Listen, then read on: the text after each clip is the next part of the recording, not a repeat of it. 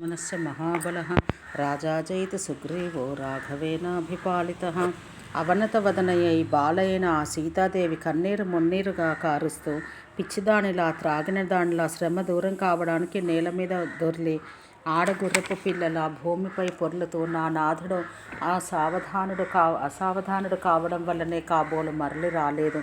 ఆర్త దైన్య స్థితిలో అరుస్తున్న నన్ను ఈ దుష్టరాక్షసుడు అపహరించుకు వచ్చాడు. ఇప్పుడు నేను ఈ క్రూర రాక్షస స్త్రీల వశమయ్యాను. భయంకరమైన వీరి బెదిరింపులను నేను భరించలేకున్నాను.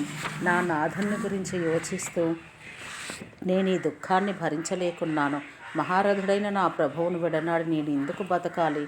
నాకు ఐశ్వర్య ఆభరణాలు ఎందుకు? ఇంత కష్టం వచ్చినా నా గుండె ఏల బద్దలు కావడం లేదు. బహుశా నా గుండె రాయి అయి ఉంటుంది. అది చావదు, శిథిలము కాదు. పతిరహితంగా నేను క్షణం కూడా బ్రతకరాదు. అయినా నేను ప్రాణాలను కాపాడుకుంటూ పాపపు బతుకుతున్నాను. దుష్టనైన నేను పతివ్రతను కాను. నేను బ్రతికి సుఖించడం వ్యర్థమే. నాకు దేని మీద ఆసక్తి ఉండరాదు అని మనసా తర్కించుకుంటూ సీతాదేవి, ఓ రాక్షసాంగనలారా, నేను చచ్చిపోతున్నాను. నా దేహాన్ని మీరు వెంటనే భక్షించండి. భర్తకు దూరంగా ఉండి నేనిక బతకలేను. వామపాదంతో అయినా నేను రావణుణ్ణి స్పృశించజాలను. అట్టి దశలో వాడిని ఎలా కామిస్తాను? దుష్ట స్వభావానుసారం వాడు నన్ను మోహిస్తున్నాడు. నేను వాడిని తిరస్కరించినా వాడది గ్రహించలేకపోతున్నాడు. మీరు నన్ను ఖండలుగా నరికి వెయ్యండి. ముక్కలు చేసి ప్రజ్వలితాగ్ని జ్వాలల్లో కాల్చివెయ్యండి. నేను మాత్రం రావణుణ్ణి వాంఛించను. మీరు ఏమి చేసినా ప్రయోజనం లేదు.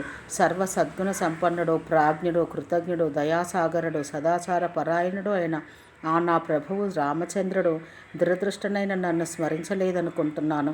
ఆ అతి బలశాలి ఏకాకిగా జనస్థానంలో 14,000 మంది రాక్షసులను సంహరించాడు. అట్టివాడు నన్ను ఎందుకు రక్షించడు? నన్ను నిరోధించే ఈ రావణుడు నా నాథుని ముందు అల్పుడే. సర్వసమర్థుడైన నా నాథుడు యుద్ధంలో వీరిని సునాయాసంగా సంహరిస్తాడు. విరాధుడంతటి వాణ్ణి నా భర్త దండకారణ్యంలో సునాయాసంగా అంతం చేశాడు. అట్టి మహాత్ముడు నన్నేల కాపాడడు. సముద్ర మధ్యంలో ఉన్న ఈ లంకా నగరంలోకి రావడం అసాధ్యం అనుకుంటున్నారు కదూ? రామబాణాలకు ఆటంకం అనేదే లేదు. రావణాపహరిత అయిన నన్ను నా భర్త ఏల రక్షించకుండా ఉన్నాడో?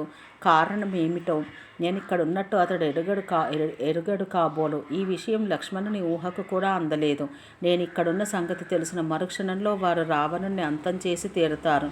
రావణుడు నన్ను అపహరించిన విషయం చెప్పడానికి జటాయువైనా సజీవంగా లేడు. ఆ వృద్ధుణ్ణి రావణుడు యుద్ధంలో అంతం చేసి వేశాడు. వయోవృద్ధుడే అయిన జటాయువు రావణునికి ఎదురు నిలిచి భయంకర యుద్ధం చేశాడు. అతడు మహాత్ముడు. ఆ రామప్రభువుకు నేను ఇక్కడున్న వార్త తెలిసిన ఉత్తర క్షణంలో అతడు కుపితుడై తన నిశిత శరాలతో ఈ లోకంలో ఏకమాత్ర రాక్షసుని కూడా సజీవంగా వదలకుండా అంతం చేస్తాడు. లంకా నగరాన్ని ఊదివేసి మహాసాగరాన్ని శుష్కింపచేసి నామరూపాలు లేకుండా రావణుని అంతం చేసి వేస్తాడు. విధవలు, రాక్షస స్త్రీలు నాలా ఏడుస్తూ ఉండేవారే. లంకాపట్టణమంతా వెతికి రామలక్ష్మణులు రాక్షసులను అందరినీ సమూలంగా నిర్మూలించి ఉండేవారు. ఆ సోదరుల బారిపడ్డ శత్రువుల క్షణం కూడా బ్రతకరు.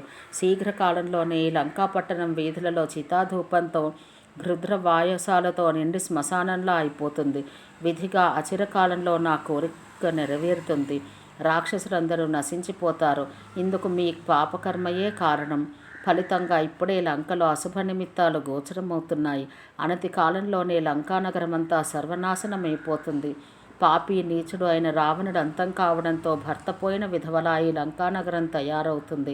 రాజు, రాక్షసులు సంహరించబడిన తర్వాత రాక్షస స్త్రీలతో పాటు ఈ లంక అంతా విధవ అవుతుంది. ప్రతి ఇంట రాక్షస స్త్రీల ఆర్తనాదాలు చేస్తూ విలపిస్తారు. వాళ్ల ఏడుపులతో ఆకాశం దద్దరిల్లుతుంది.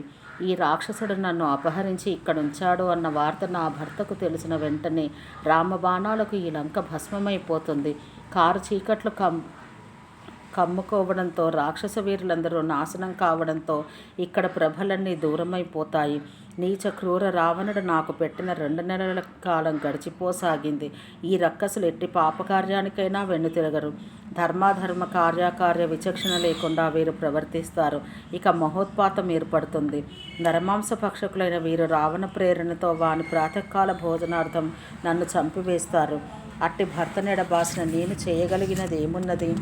భర్తృవియోగంలో నేను ఈ దైన్య హైన్య దశలో జీవించడం కన్నా ఎవరైనా విషమిస్తే తాగి మరణిస్తే యమధర్మరాజు దర్శనమైనా అవుతుంది. రామలక్ష్మణులలో ఏ ఒక్కరికి నేను సజీవంగా ఉన్న విషయం తెలియదు. లేకుంటే వారు నా కోసం జగత్తంతా వెతికి ఉండేవారే. అలా జరగలేదు కనుక నేను సజీవంగా ఉన్న విషయం వారికి తెలియదు. నా వియోగ దుఃఖంలో రామప్రభువు ప్రాణత్యాగం చేసే అమరధామం చేరి ఉంటాడు. ఆ రాజీవలోచనను సందర్శించే దేవగంధర్వ సిద్ధులు పరమధన్యులు కదా. అలా కాకుంటే ఆ ధీశాలకి పరమాత్మ స్వరూపుడైన రామప్రభువుకు నాతో ప్రయోజనమేమీ లేదు కాబోలు. కంటికి ఎదురుగా కనిపించే వారి మీదనే ప్రేమ ఉండడం సహజ లక్షణం కదా. కనిపించని వారిపై ప్రేమ సన్నగిల్లిపోతుంది. నా నాథుడు అట్టివాడు కాదు. కృతజ్ఞులు మాత్రమే పూర్వ స్నేహాన్ని మరుస్తారు. రామప్రభువుకు దూరమై నేను కృషించిపోతున్నాను. నేను మహాపాపాలు చేసి దౌర్భాగ్య ఫలాన్ని అనుభవిస్తున్నాను. దోషరహితుడు, సూర్యుడు, మహాత్ముడు, శత్రుమర్దనుడు అయిన రామప్రభువును విడనాడి సజీవంగా ఉండడం కంటే మరణించడమే మేలు. పురుషోత్తములైన ఆ సోదరులు శస్త్రసన్యాసం చేసి అడవులలో పరిభ్రమిస్తున్నారేమో. అలా కాకుంటే రావణ దురాత్ముడు కపట మార్గంలో వారిని అంతం చేసివేసినాడేమో. క్లేశ పరంపరలతో కాలం గడుస్తున్నది. ఎన్ని విధాల యోచించినా మరణించడమే మేలనిపిస్తున్నది.